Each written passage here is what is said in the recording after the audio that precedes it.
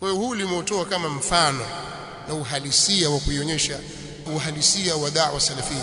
Da'wa salafia ya kweli ni ile iliyojengwa katika misingi hiyo.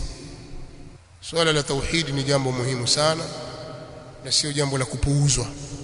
Na da'wa yoyote iliyojenga katika kuipuuza tauhid au ilmu na mingineyo katika misingi ya da'wa hii ni da'wa zilizo kinyume, hata kama watu wake watajisingizia kwamba wao katika salafia. Sasa nimeeleza kwa ufupi kuhusu usalafi wa kweli. Usalafi wa kweli ni ule uliojengwa katika misingi ya kitabu cha Allah subhanahu wa ta'ala na sunna za mtume sallallahu alaihi wasallam, Uislamu waliokuwa nao masahaba na tabi'in na wale waliowafuatia wao kwa wema.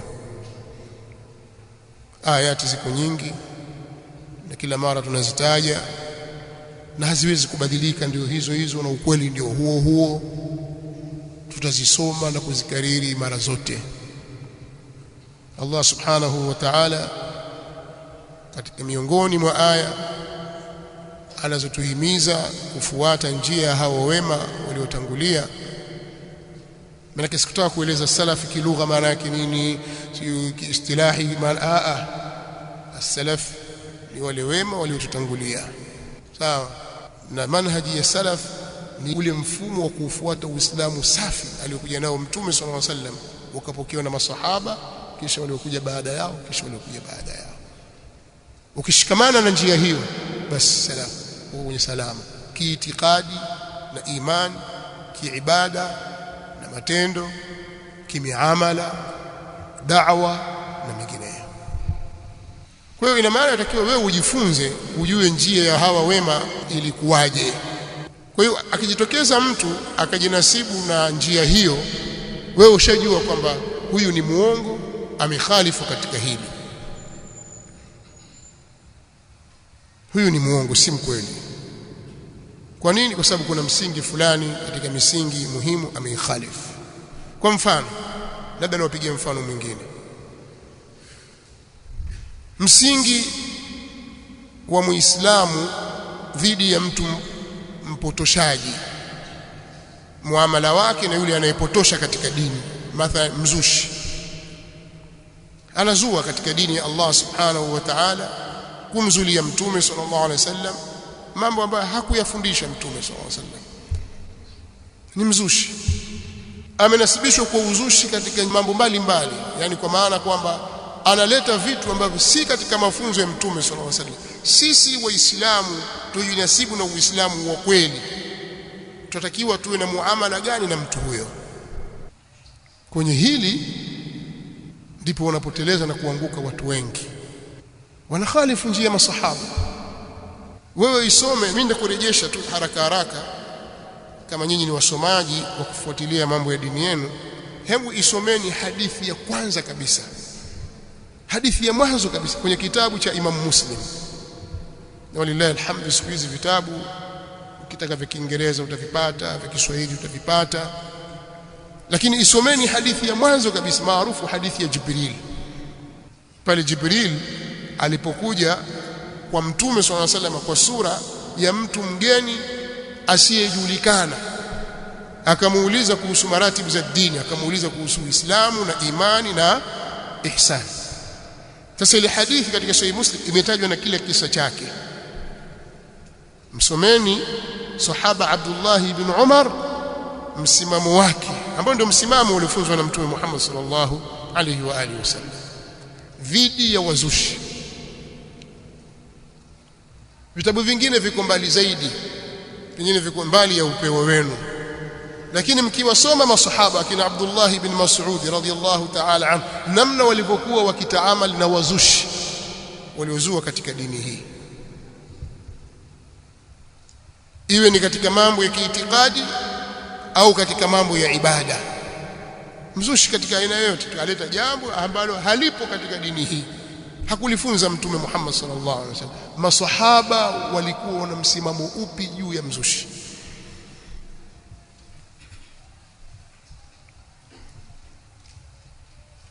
Kwa ufupi ni kwamba masahaba walikuwa ni wakali dhidi ya wazushi, na walikuwa wakiwahama na kuwakimbia wazushi na wakiwatahadharisha watu.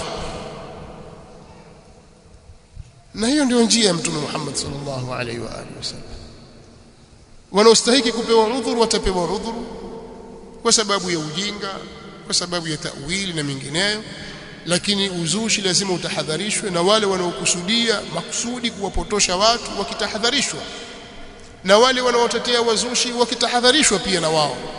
Hii ndio njia ya Mtume Muhammad sallallahu alaihi wasallam na njia ya maswahaba zake. Sidhani kwa maswahaba walijitungia wenyewe utaratibu.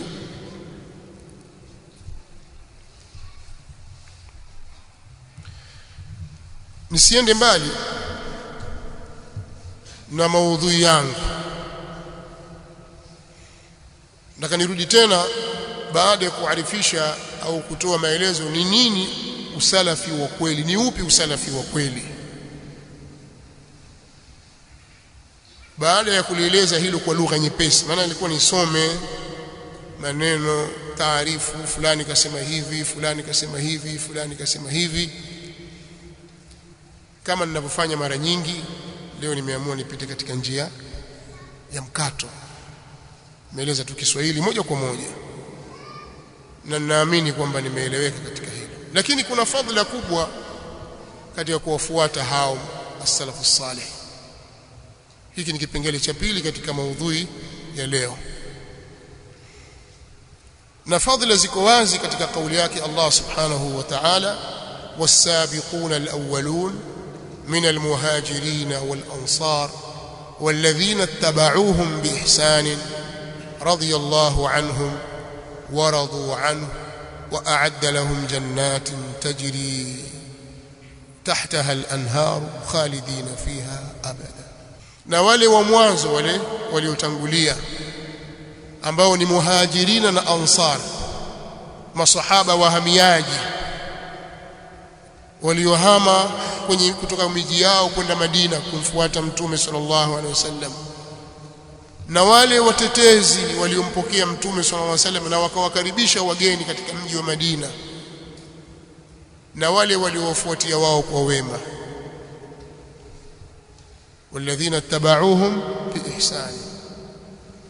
Fadhila zao ni zipi? Radiyallahu anhum wa radu anhu. Allah amewaridhia wao na wao wamemridhia yeye au watamridhia yeye subhanahu wa ta'ala. Na Allah amewaandalia wao pepo zinazopita chini yake mito, wataishi humo milele, na huko ndio kufaulu kukubwa. Kwa hiyo katika fadhila kubwa zinazopatikana ni sisi kupata radhi za Allah subhanahu wa ta'ala kwa kuwa tumefuata njia ya watu hao. Katika neno walladhina tabauhum biihsan, hapo ndipo tunapopata upenyo na sisi kuingia, kwa sababu hatukuwa katika muhajirin wala katika ansar. Lakini tukiwafuata wao kwa wema, tukashika njia yao na mwenendo wao, bila ya shaka na sisi tutaingia katika yale yaliyoahidiwa hapo mbele. Na hiyo haijalishi kwamba nyinyi mmekuja baada ya karne ngapi, baada ya miaka mingapi, haijalishi hivyo. Maadamu mmeamua kufuata mwenendo wa wale, basi fadhila mtazipata zilizoahidiwa hapo mbele. Kwa hiyo hii ni fadhila kubwa na sio fadhila ndogo. Kufuata mwenendo wa watu hawa ni sababu ya kupata radhi za Allah subhanahu, ni sababu ya kuingia katika aljanna, bali ndiyo salama ya watu kusalimika na matatizo yote katika dini yetu hapa duniani na kesho akhira. Mtume sallallahu alaihi wa alihi wasallam katika maneno yake yaliyopokewa kutoka kwake sallallahu alaihi wa alihi wasallam, alipokuwa akiwaelezea waislamu na kuwahusia, akawaambia waman ya'ish minkum fasayara ikhtilafan kathira, yoyote atakayeishi miongoni mwenu atakuja kuziona tofauti nyingi. Fa alaykum bi sunnati wa sunnati al-khulafa'i ar-rashidin al-mahdiyyin, lazimianeni na mwenendo wangu na mwenendo wa makhalifa wangu waongofu wenye kuongozwa, shikamaneni nao huo. Hiyo ndio dawa ya mifarakano. Yani haitatosha wewe kusema mbele za watu, ndugu waislamu tuacheni farqa, tuwe kitu kimoja. Hii haisaidii. Sababu zinazopelekea kutufarakanisha ni zipi? Kama ikiwa sababu ni kuyaacha mafunzo ya Qur'ani na Sunna na mwenendo uliotangulia kwa wema, farqa haitaacha kuweko na itatutesa mpaka turudi katika njia. Tukirudi katika njia, Allah subhanahu wa ta'ala ile mifarakano ataiondosha. Lakini sio wewe umengangania jambo lako la kizushi, utaki kuliachia, wataka sisi tukufuate wewe, kwamba tukufuate, tukuache nalo hivyo hivyo na tunguri lako na hirizi lako, tukufuate hivyo. Haiwezekani. Acha hilo, tukae pamoja. Tumeambiwa wa'tasimu bihablillahi jami'a wala tafarraqu, shikamaneni na kamba ya Allah subhanahu wa ta'ala nyote. Wewe utakana tuende kwenye kamba tuishike, sio tukufuate wewe. Kwa hiyo ufumbuzi wa matatizo yetu na fadhila zake kwa kwenye kushikamana na njia hii. Ni katika fadhila hizo, shikamaneni na mwenendo wangu na mwenendo wa makhalifa wangu waongofu wenye kuongozwa baada yangu, na tahadharini. Akatoa tahadhari pale. Bali Mtume sallallahu alaihi wa alihi wasallam katika maelezo yake mazuri kabisa ameweka wazi, kama ilivyokuja katika hadithi ya Muawiya bin Abi Sufyan radhiyallahu ta'ala anhuma, kwamba amesema ala inna Rasulullah sallallahu alaihi wa alihi wasallam qama fina faqal, fahamuni kwamba Mtume sallallahu alaihi wasallam alisimama kwetu. Siku moja alisimama Mtume sallallahu alaihi wasallam akasema, ala inna man qablakum min ahli alkitab iftaraqu ala 72 firqa, fahamuni kuwa waliokuwa kabla yenu katika ahli alkitabi, mayahudi na manasara, walifarikiana wakafikia kwenye makundi 72. Wa inna hadhihi almilla, hakika mila hii, dini hii na mfumo huu niliokuja nao mimi, watu wake sataftariku ala 73 firqa, watafarikiana katika makundi 73. Hizi ndio usuli za yale makundi, hata wakafika hata 100, makundi 100, makundi 1000, lakini ukirejesha hili limetoka hapa, hili limetoka hapa, kwa mgawanyo wake utafikia makundi 73. 72 fi an-nar, makundi 72 yataingia motoni, wa wahidatun fil jannati wa hiya al-jamaa, na moja litakuwa katika aljanna, nalo ni kundi la aljamaa. Hapa ndipo jamaa wengi wanaolalamika kuilalamikia da'wa salafia na walinganizi wake wanaposhikilia, hawa jamaa wana red card, wanamuingiza peponi wanemtaka, wanamtoa wanemtaka. Uongo. Haya ni maneno ya nani? Ya Mtume Muhammad sallallahu alaihi wa alihi wasallam. Na hata siku moja hutamsikia mlinganizi anayelingania kwenye da'wa salafia mwenye ilmu na maarifa juu ya da'wa salafia akamhukumu mtu fulani kwamba huyo ni mtu wa motoni katika Waislamu, kwamba wewe fulani utakwenda motoni na wewe fulani mtu wa peponi. Haya mambo ya kuingiza watu peponi kirejareja wanayo masufi, wanayo hizbiyun. Ahli sunna wal jamaa wanajua jambo hili. Huwezi kukata kauli moja kwa moja kwamba fulani yuko kwenye pepo yako ya babako, fulani motoni, moto wako, moto wa babako, hairuhusiwi. Lakini wao ndio wanasema. Ndio maana Imam al-Bukhari katika sahihi yake ukifungua utaona babun la yuqalu fulanun shahid. Imam Bukhari katika sahihi yake, huu ni mlango unaozungumzia kwamba haifai kusema fulani ni shahidi, ukakata kauli kabisa, kwa sababu ukisema shahidi kwamba huyo uko peponi. Shahidi atakuwa yule ambaye tayari ameshuhudiliwa na wahi.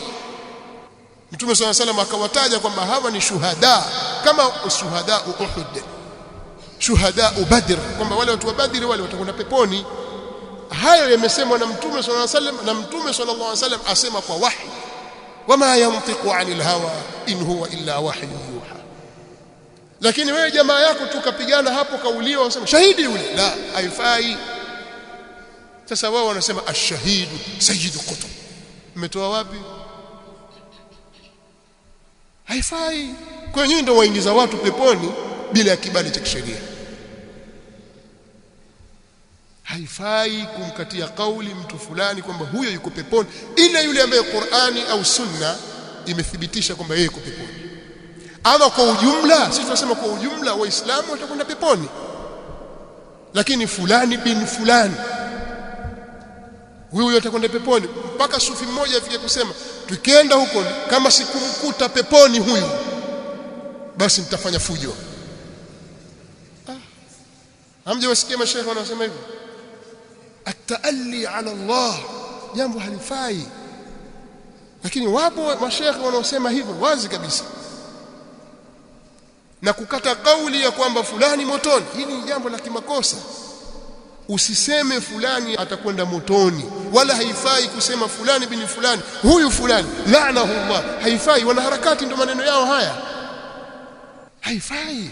As-salafiyun na duati wake walinganizi hawana manhaji hiyo. Kwa hiyo ukitazama utakuta wao ndio wenye manhaji hizo za kuwaingiza watu motoni na kuwatoa, na kuwaingiza watu peponi na kuwatoa vile wanavyotaka wao. Sisi hatuna red card, tunazungumza kwa ujumla. Anayefanya jambo fulani atastahili kwenda motoni, atakayefanya jambo fulani atastahili kwenda peponi. Lakini fulani bin fulani kwamba huyu ni peponi au motoni, huna kibali hicho. Usimkatie mtu kauli. Tutaweza kulani matendo na ujumla, Allah amlani mwenye kula riba, Allah amlani kadha, lakini sasa ndio huyu hapa huruhusi kusema kwamba huyu Allah amlani, maluuni wewe, haifai. Umeelewa? Muislamu zako huyu hapa kwambia wewe kafiri wewe, haifai. Hizo ni maslaki za kikhawariji hizo, za kuwatoa watu kwenye Uislamu. Hawa wanafiki hawa masalafi wanafiki hawa makafiri haifai, sio sawa. Tumeelewana eh? Kwa hiyo tunapozisoma hadithi hizi kwamba Mtume sallallahu alaihi wasallam, makundi katika umma huu wa Muhammad, watu watagawanyika kwenye makundi 73. Kundi moja litakwenda peponi na makundi 72 yatakwenda motoni. Haya ni maneno ya Mtume Muhammad sallallahu alaihi wasallam, hayafutiki ngo. Piga kelele utakapopiga, lakini hatafutika. Wewe ni kujitafuta tu umo. Mtume sallallahu alaihi wasallam katika riwaya alipoulizwa ni kina nani, akasema ma ana alayhi yawma wa ashabi, ni ile kundi ambalo liko katika ile hali ambayo mimi leo niko kwenye hali hiyo na masahaba zangu. Sasa usibaki kulalamika, fanya juhudi za kuwa katika hali ile. Lakini ukitoka katika hali hiyo uko kwenye hatari. Na pia ifahamike ya kwamba si kila aliyeambiwa atakwenda motoni basi mkafiri. Ule moto pia wataingia almuwahhidun, nas'alullah alafia wassalam, naudhu billahi minan nar. Na jambo kubwa kama wanavyosema wanawazuoni, katika jambo kubwa litakalowaingiza watu wa tauhidi kwenye moto ni haki za waja, huququn nas, huququl ibad. Wewe kweli ni mtu wa tauhidi, waswali, wafunga, lakini hukuku, haki za watu ni katika vitu vitakavyoingiza watu wengi motoni. Haina maana kwamba huyu atakayeingia motoni kashakuwa kafiri, la. Katika itikadi ya ahli sunna wal jamaa, uwezekano wa mtu muwahhid mwenye tauhidi, mwenye kuswali swala 5, mwenye kufunga Ramadhani na akatoa zaka, akahiji Makka, inawezekana akaingia motoni na yeye, wal iyadhu billah, kwa kiasi cha makosa aliyoyafanya. Sasa yapo katika makundi hayo ni makundi ya watu wa tauhid, lakini wamekhalifu njia kwa sababu ya bid'a zao, wakastahiki kuingia motoni. Kwa sababu ya maasi yao wakastahiki kuingia motoni.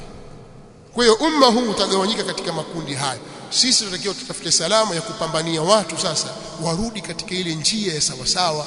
Ndio juhudi tunayoifanya, kwamba watu wasife ile waislamu wa kweli, waislamu walioshikamana na njia ya Mtume Muhammad sallallahu alaihi wasallam na njia ya maswahaba zake. Hiyo ndio juhudi kubwa tunayopambana nayo katika umma huu.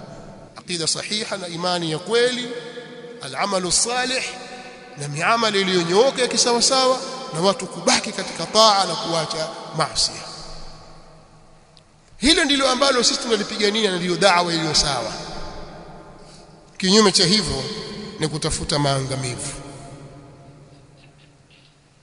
Naona wakati al-adhan pia ushapita, paadhiniwe. nitakuja na usulubu mwingine kidogo baada al-adhan.